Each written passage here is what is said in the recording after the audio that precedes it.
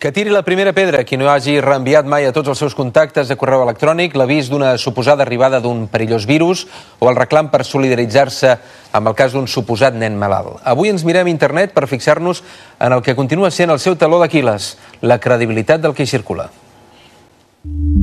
Tots hem rebut alguna vegada missatges alarmistes com ara aquest. Atenció amb la part inferior dels tetrabrics de llet. Hi ha un numeret que indica el nombre de vegades que la llet ha tornat a fàbrica i s'ha repasteuritzat. Fugiu dels que portin un 4 o un 5. Doncs bé, evidentment, això és fals, mentida. És el que es coneix com a hoax, una història inventada. Aquesta va circular tant que l'ha hagut de desmentir el mateix fabricant Tetra Pak, amb notes oficials i vídeos com aquest. El numeret en qüestió serveix per identificar la part de la bobina on s'ha imprès l'envàs, i res més. Misteri resolt.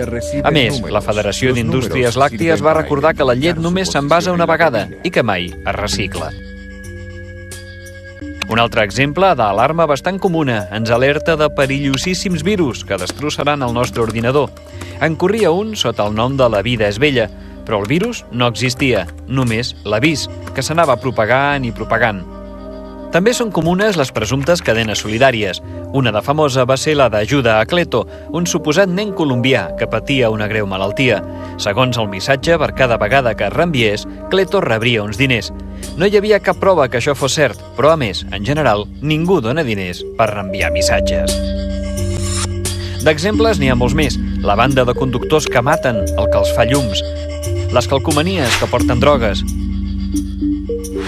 La foto falsa del tauró que ataca un submarinista són les antigues llegendes urbanes reciclades a internet. Com a senzilles mesures de precaució per trencar aquestes cadenes, s'ha de comprovar sempre la veracitat dels missatges abans de reenviar-los. Per això, n'hi ha prou a posar l'encapçalament del missatge en un buscador o anar a les pàgines especialitzades on hi ha llistes d'aquestes falses alarmes o cadenes de solidaritat.